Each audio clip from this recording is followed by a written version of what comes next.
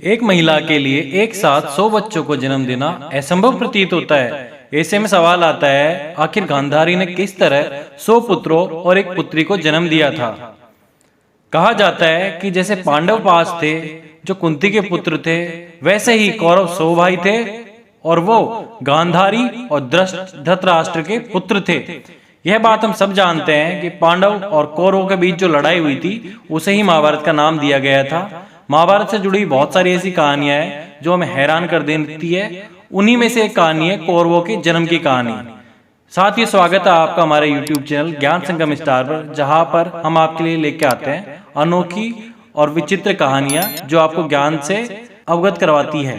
आम आदमी यह जानकर हैरान हो जाता है कि आखिर एक महिला 100 पुत्रों को कैसे जन्म दे सकती है, वैसे ही गांधारी ने कैसे 100 पुत्रों को जन्म दिया। आपको प्रचलित कहानियों के आधार पर आज हम इस बात का जवाब देंगे कि गांधारी ने 100 पुत्रों को जन्म कैसे दिया। कौरव धृतराष्ट्र और गांधारी के पुत्र थे। उनकी एक पुत्री भी थी जिसका नाम था दुशाला। सबसे बड़े कौरव का नाम था दुर्योधन, जो महाभारत के सबसे अहम पात्रों में से एक है। कौरव ने महाभारत में पांडवों की सेना से युद्ध किया था और वो हार भी गए थे। हालांकि कहा यह भी जाता है कि धृतराष्ट्र ने अपनी दासी के साथ संबंध बनाए थे, जिससे उनके एक पुत्र हुआ था जिसका नाम युयुत्सु बताया गया जाता है। प्रचलित कहानियों के आधार पर एक बार गांधारी की सेवा से खुश होकर ऋषि व्यास ने गांधारी को एक वरदान दिया था। गांधारी ऋषि व्यास की तपस्या करती थी, उनकी सेवा करती थी। इससे खुश होकर उन्होंने एक वरदान दिया कि गांधारी 100 पुत्रों की मां बनेगी।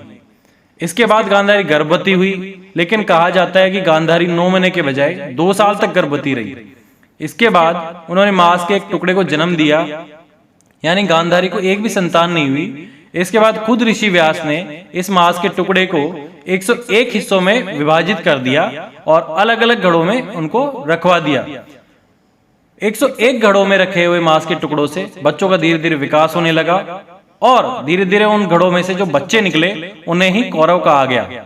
101 घड़ों में से 100 तो कौरव भाई निकले, जबकि एक घड़े से दुशाला ने जन्म लिया जो कि गांधारी की पुत्री हुई, जो सौरव कौरव की अकेली बहन थी।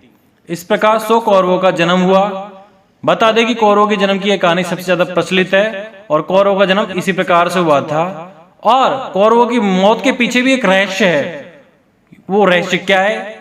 कौरवों की मौत के बीच गांधारी द्वारा किया गया कार्य बताया जाता है। पौराणिक कथाकार देवदत्त पट्टनायक की एक किताब है मिथक, जिसमें इस बात का जिक्र है। उन्होंने बताया कि गांधारी ने पहले 100 कछुओं को मार दिया था, जिसके बाद अगले जन्म में उनके 100 पुत्रों की मौत हो गई, जिसे एक श्राप के समान माना जाता है। साथियों, आपको यह जानकारी कैसी लगी? इससे जुड़े हुए कोई सवाल है तो हमें कमेंट करके बताएं। वीडियो अच्छा लगा हो तो वीडियो पर लाइक बटन दबाएं, हमारे वीडियोस को ज्यादा से ज्यादा शेयर करें और वीडियो को अंत तक देखें।